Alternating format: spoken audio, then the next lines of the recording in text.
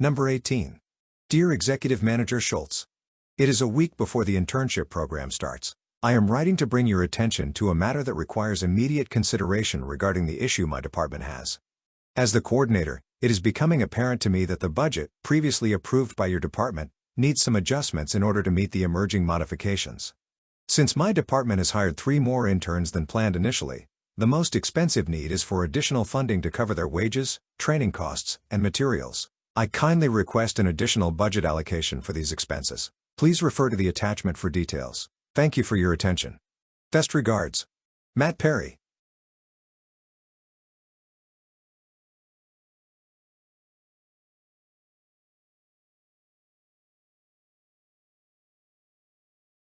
Number 19. Katie approached the hotel front desk to check in, but an unexpected event unfolded. The receptionist couldn't find her reservation under the name Katie. "I'm sorry, but I can't seem to locate a reservation under that name," the receptionist said. "No way. I definitely made a reservation on the phone," Katie said, puzzled. The receptionist asked, "Can you tell me your phone number?" And Katie told it to him, thinking, "What happened? Did I make a mistake?" "Just a moment," the receptionist said, typing deliberately on the keyboard. "I found it. It seems there was a small misspelling. Your reservation is under Katy," the receptionist explained. With a sense of ease, Katie watched her reservation appearing on the screen. With her heart slowing to a gentle rhythm, she proceeded with her check-in, thinking that a simple misspelling might have ruined her plans.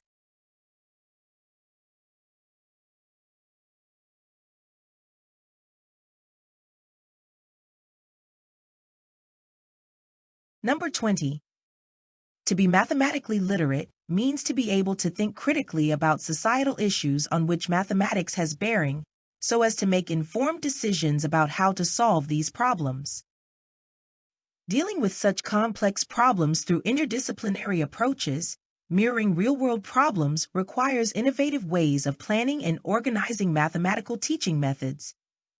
Navigating our world means being able to quantify, measure, estimate, classify, compare, find patterns, conjecture, justify, prove, and generalize within critical thinking, and when using critical thinking. Therefore, making decisions, even qualitatively, is not possible without using mathematics and critical thinking. Thus, teaching mathematics should be done in interaction with critical thinking along with the decision-making process. They can be developed into the mathematical context so that there is no excuse to not explicitly support students to develop them.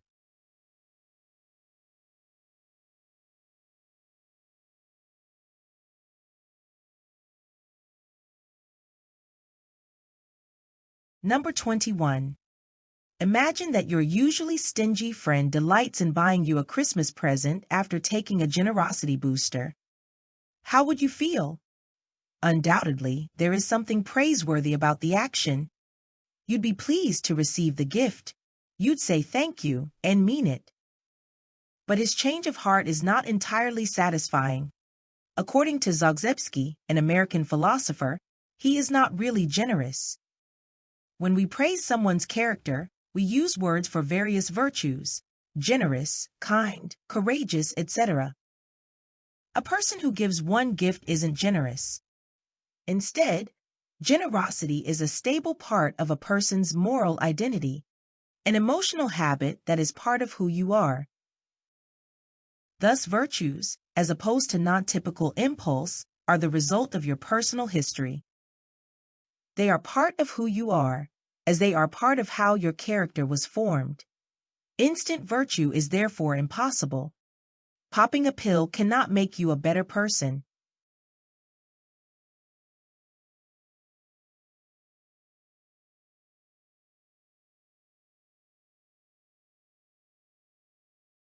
Number 22. To determine the mass of my bowling ball, I might put it onto a balance and compare it with a known mass, such as a number of metal cubes each weighing 1, 10, or 100 grams. Things get much more complicated if I want to know the mass of a distant star. How do I measure it? We can roughly say that measuring the mass of a star involves various theories. If we want to measure the mass of a binary star, we first determine a center of mass between the two stars, then their distance from that center, which we can then use, together with a value for the period and a certain instance of Kepler's third law, to calculate the mass. In other words, in order to measure the star mass, we measure other quantities and use those values, together with certain equations, to calculate the mass. Measurement is not a simple and unmediated estimation of independently existing properties, but a determination of certain magnitudes before the background of a number of accepted theories.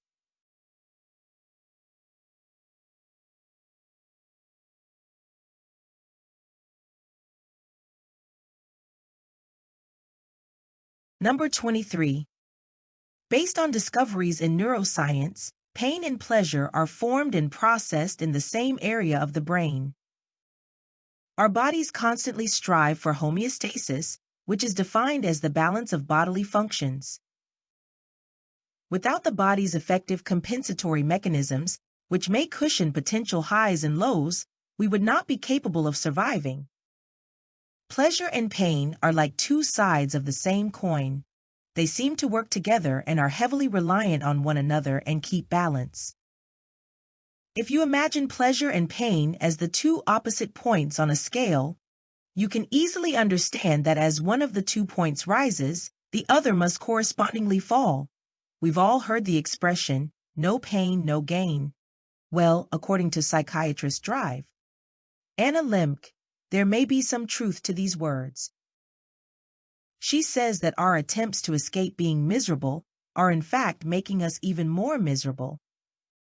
This is because pain is actually an essential component of our ability to maintain a neutral state, and allowing it will in turn reset our internal scale back to balance.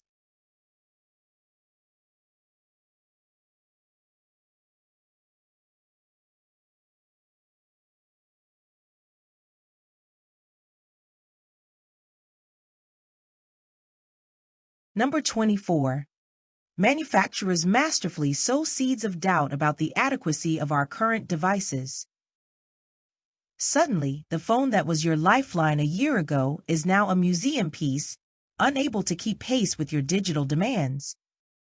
And thus, the itch to upgrade begins, often before there's a genuine need. This cycle isn't just confined to our digital companions. It spills over into almost every aspect of consumer electronics, from the self-driving car to the smart fridge. Every product seems to be on an unstoppable march towards the next version, the next generation that promises to revolutionize your life. What's fascinating, or perhaps disturbing, is the utter efficacy of this cycle in shaping our desires. It's not so much that we want the newest device. We're led to believe we need it. The distinction between want and need blurs, shifting our financial priorities in favor of staying current with trends. For all the logical arguments against this ceaseless upgrading, the temptation remains compelling.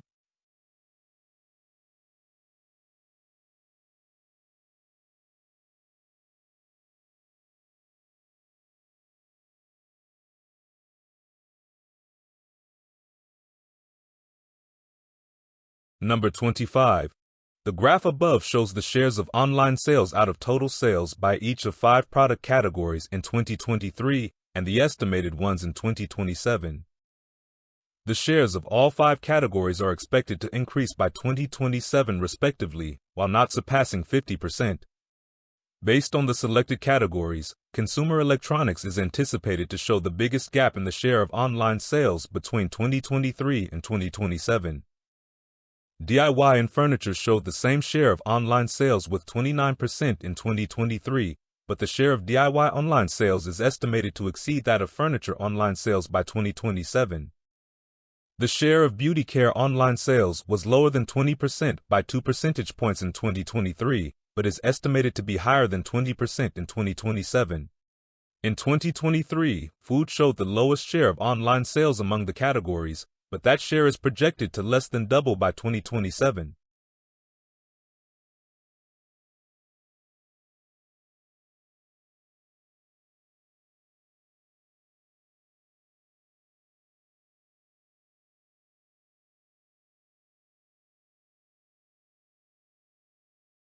Number 26. Helen Suzman was an activist against apartheid, a racist political and social system in the Republic of South Africa. Suzman was born to Jewish immigrant parents in Germiston in the Union of South Africa in 1917. While working as a lecturer on economic history at Witwatersrand University, she joined the South African Institute of Race Relations. In 1953, she joined the United Party and was elected to Parliament, but when the United Party adopted a more moderate stance on apartheid, Suzman and other progressive members left it and formed the Progressive Party in 1959. Suzman tirelessly fought against apartheid, exposing the government's abuses and challenging its laws for a total of 36 years in Parliament. Even after her retirement in 1989, she continued to advocate for a multiracial democracy in the Republic of South Africa and influenced the drafting of the country's new constitution after the end of apartheid. She remained an active voice for human rights and democracy until her death in 2009.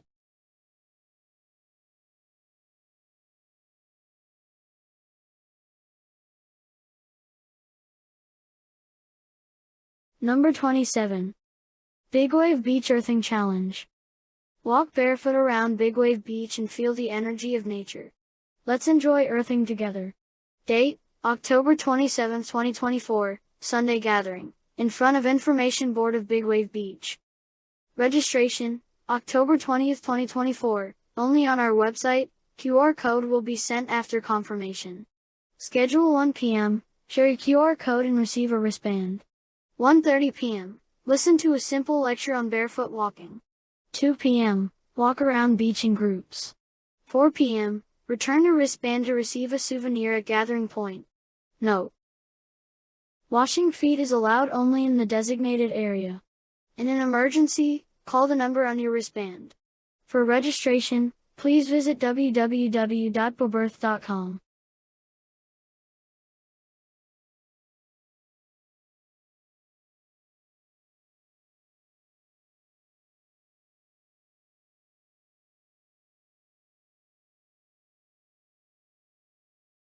Number 28. Fashion Styling Consultation. Find the style that suits you best. We are ready to make the employees of Woodville Company look nice. Freely visit booths with no fixed order. When and where? December 27th, 2024, Auditorium. Consultation booths. Each booth has professional consultants. Middle A. Find colors that go well with your skin tone. Middle B. Learn about accessories for various situations. Middle D. Find the best hairstyle that fits your face shape. Note: there is a section where you can try styling yourself and take pictures. If you post your picture on social media, you will receive a special gift. For more information, please visit www.whatsyourstyle2024.com.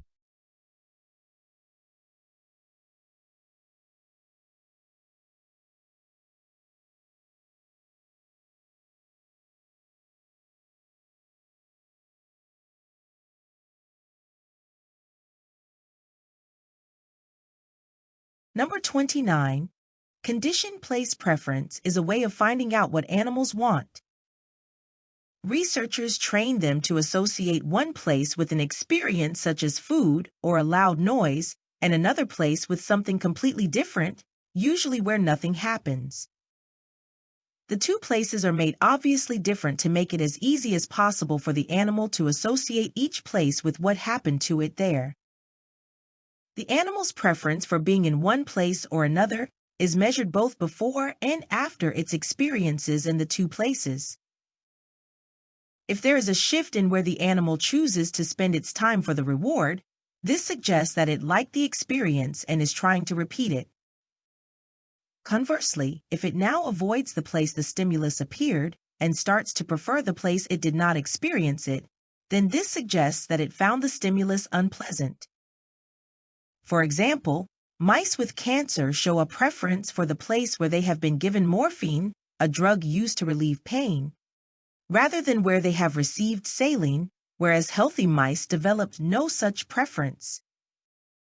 This suggests that the mice with cancer wanted the morphine.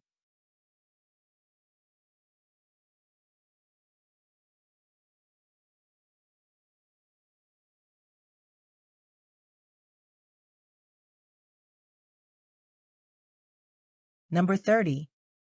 Near the equator, many species of bird breed all year round. But in temperate and polar regions, the breeding seasons of birds are often sharply defined. They are triggered mainly by changes in day length. If all goes well, the outcome is that birds raise their young when the food supply is at its peak. Most birds are not simply reluctant to breed at other times, but they are also physically incapable of doing so. This is because their reproductive system shrinks, which helps flying birds save weight. The main exception to this rule are nomadic desert species. These can initiate their breeding cycle within days of rain. It's for making the most of the sudden breeding opportunity. Also, different species divide the breeding season up in different ways. Most seabirds raise a single brood. In warm regions, however, songbirds may raise several families in a few months. In an exceptionally good year, a pair of house sparrows, a kind of songbird, can raise successive broods through a marathon reproductive effort.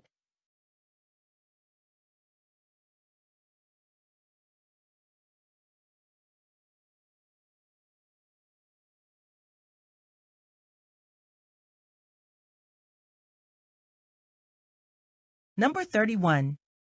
One factor that may hinder creativity is unawareness of the resources required in each activity in students' learning.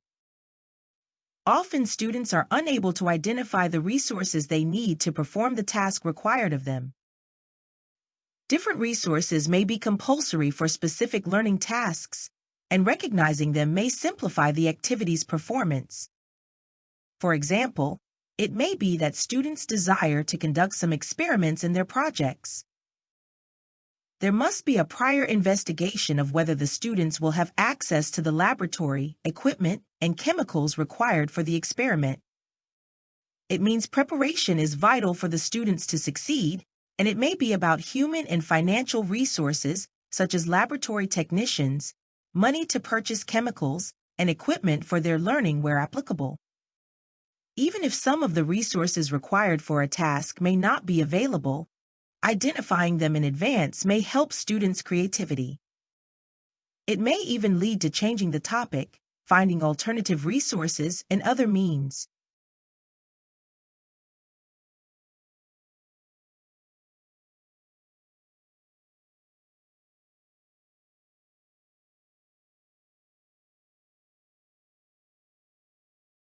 Number 32.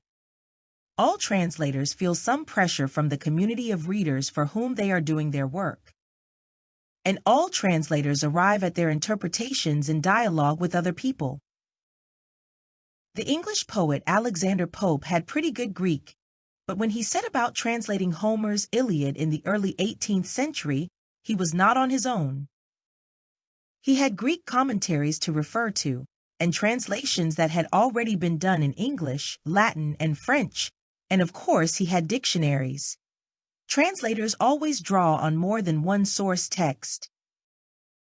Even when the scene of translation consists of just one person with a pen, paper, and the book that is being translated, or even when it is just one person translating orally for another, that person's linguistic knowledge arises from lots of other texts and other conversations. And then his or her idea of the translation's purpose will be influenced by the expectations of the person or people it is for. In both these senses, every translation is a crowd translation.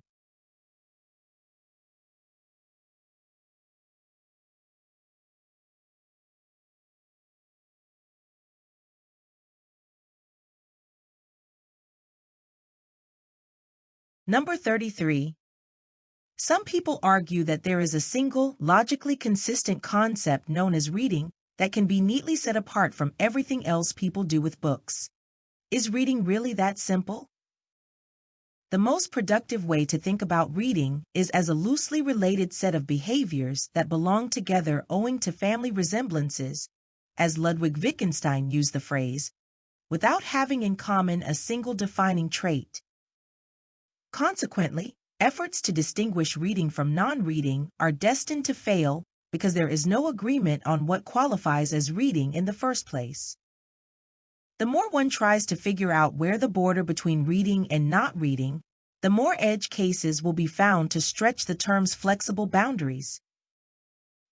Thus, it is worth attempting to collect together these exceptional forms of reading into a single forum, one highlighting the challenges faced by anyone wishing to establish the boundaries where reading begins and ends.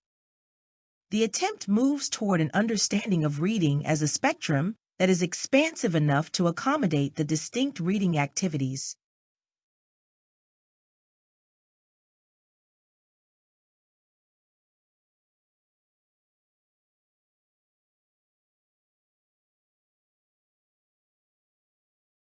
Number 34. Weber's law concerns the perception of difference between two stimuli.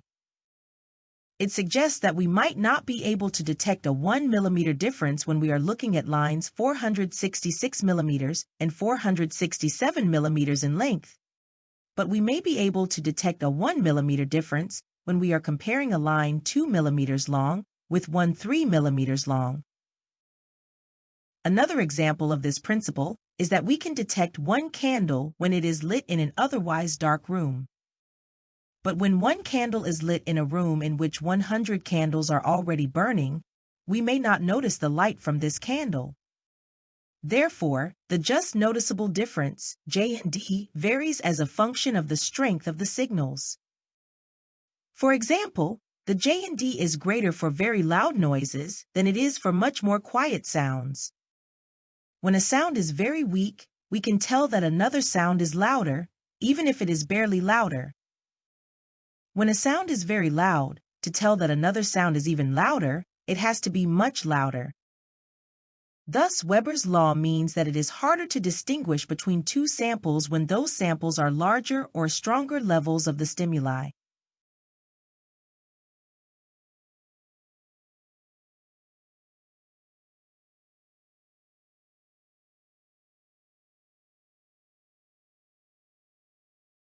Number 35. Any new resource, for example, a new airport, a new mall, always opens with people benefiting individually by sharing a common resource, for example, the city or state budget. Soon, at some point, the amount of traffic grows too large for the commons to support. Traffic jams, overcrowding, and overuse lessen the benefits of the common resource for everyone, the tragedy of the commons. If the new resource cannot be expanded or provided with additional space, it becomes a problem, and you cannot solve the problem on your own in isolation from your fellow drivers or walkers or competing users. The total activity on this new resource keeps increasing, and so does individual activity. But if the dynamic of common use and overuse continues too long, both begin to fall after a peak, leading to a crash. What makes the tragedy of commons tragic is the crash dynamic, the destruction or degeneration of the common resource's ability to regenerate itself.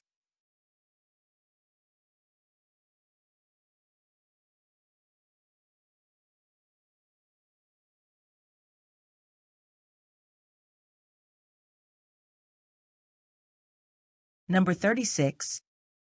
Theoretically, our brain would have the capacity to store all experiences throughout life, reaching the quality of a DVD. However, this theoretical capacity is offset by the energy demand associated with the process of storing and retrieving information in memory. As a result, the brain develops efficient strategies, becoming dependent on shortcuts. When we observe a face, the visual image captured by the eyes is highly variable, depending on the point of view, lighting conditions, and other contextual factors. Nevertheless, we are able to recognize the face as the same, maintaining the underlying identity. The brain, rather than focusing on the details of visualization, creates and stores general patterns that allow for consistent recognition across diverse circumstances. This ability to match what we see with general visual memory patterns serves as an effective mechanism for optimizing brain performance and saving energy. The brain, being naturally against unnecessary effort, constantly seeks to simplify and generalize information to facilitate the cognitive process.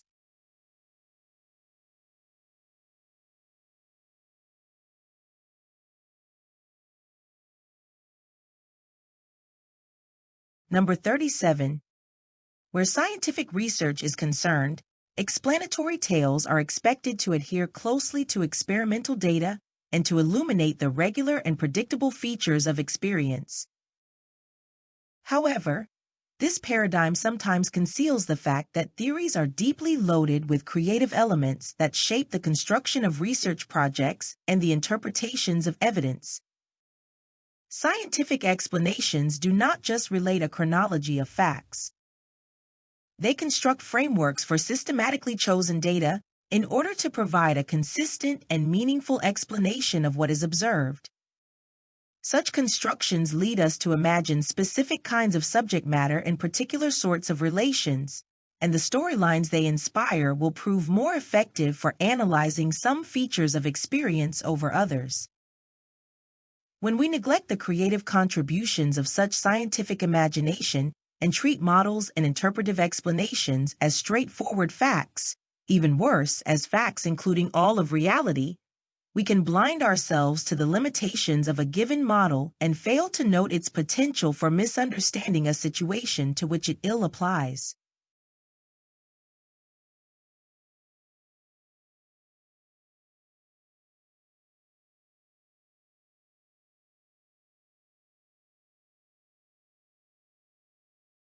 Number 38. We encounter contrary claims about the relation of literature to action. Theorists have maintained that literature encourages solitary reading and reflection as the way to engage with the world and thus counters the social and political activities that might produce social change. At best, it encourages detachment or appreciation of complexity, and at worst passivity and acceptance of what is. But on the other hand, literature has historically been seen as dangerous. It promotes the questioning of authority and social arrangements. Plato banned poets from his ideal republic because they could only do harm, and novels have long been credited with making people dissatisfied with their lives and eager for something new. By promoting identification across divisions of class, gender, and race, books may promote a fellowship that discourages struggle, but they may also produce a keen sense of injustice that makes progressive struggles possible. Historically, works of literature are credited with producing change. Uncle Tom's Cabin, a bestseller in its day, helped create a revulsion against slavery that made possible the American Civil War.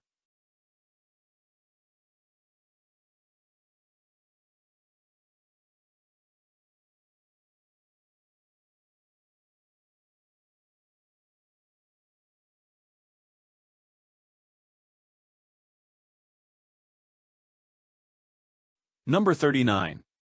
According to Hobbes, man is not a being who can act morally in spite of his instinct to protect his existence in the state of nature. Hence, the only place where morality and moral liberty will begin to find an application begins in a place where a sovereign power, namely, the state, emerges. Hobbes thus describes the state of nature as a circumstance in which man's life is solitary, poor, nasty, brutish, and short. It means when people live without a general power to control them all, they are indeed in a state of war. In other words, Hobbes, who accepted that human beings are not social and political beings in the state of nature, believes that without the power human beings in the state of nature are antisocial and rational based on their selfishness. Moreover, since society is not a natural phenomenon, and there is no natural force bringing people together, what will bring them together as a society is not mutual affection according to Hobbes.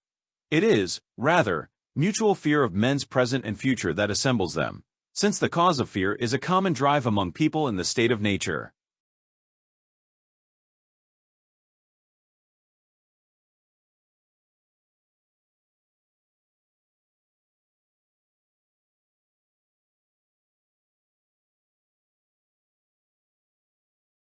Number 40.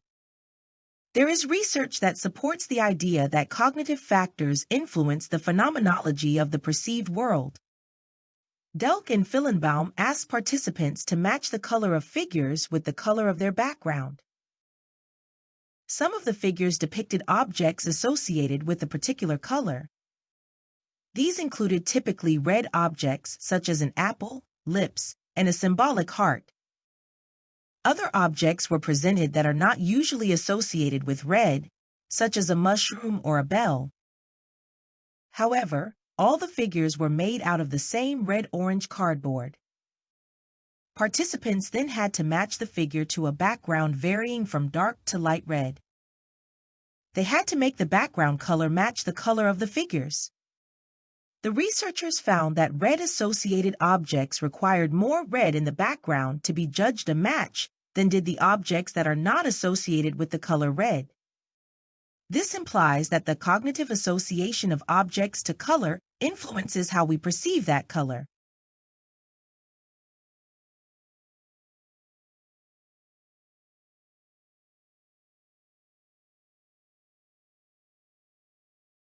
Number 41 and 42. In each round of genome copying in our body, there is still about a 70% chance that at least one pair of chromosomes will have an error. With each round of genome copying, errors accumulate. This is similar to alterations in medieval books. Each time a copy was made by hand, some changes were introduced accidentally. As changes stacked up, the copies may have acquired meanings at variance with the original. Similarly, genomes that have undergone more copying processes will have gathered more mistakes. To make things worse, mutations may damage genes responsible for error checking and repair of genomes, further accelerating the introduction of mutations. Most genome mutations do not have any noticeable effects. It is just like changing the I for a Y in Kingdom would not distort the word's readability. But sometimes a mutation to a human gene results in, for example, an eye whose iris is of two different colors. Similarly, almost everyone has birthmarks, which are due to mutations that occurred as our body's cells multiplied to form skin. If mutations are changes to the genome of one particular cell, how can a patch of cells in an iris or a whole patch of skin, consisting of many individual cells, be affected simultaneously? The answer lies in the cell lineage, the developmental history of a tissue from particular cells through to their fully differentiated state. If the mutation occurred early on in the lineage of the developing iris, then all cells in that patch have inherited that change.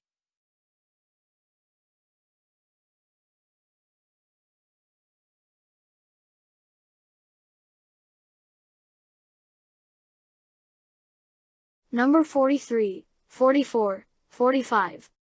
Max awoke to the gentle sunlight of an autumn day. Right on schedule, he swung his legs off the bed and took a deep, satisfying breath. He began his morning the same way he usually did, getting dressed and going to school.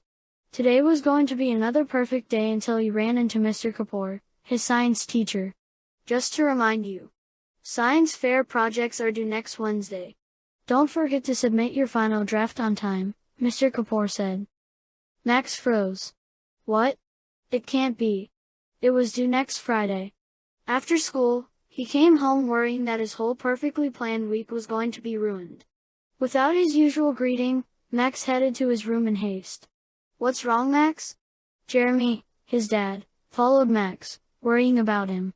Max furiously browsed through his planner without answering him, only to find the wrong date written in it.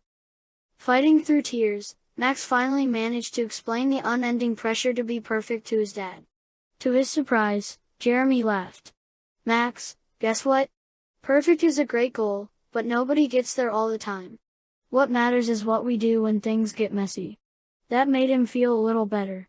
You're saying I can fix this? Absolutely, try to deal with problems in a logical way, Jeremy said. Max thought for a moment. I guess I can do that by rescheduling tonight's baseball lesson. Jeremy beamed. See? That's you finding a solution. Max felt a genuine smile spreading. The next Wednesday, he successfully handed in the final draft on time with satisfaction. From then on, he still loved order and routines, but also embraced the messy, unpredictable bits of life too.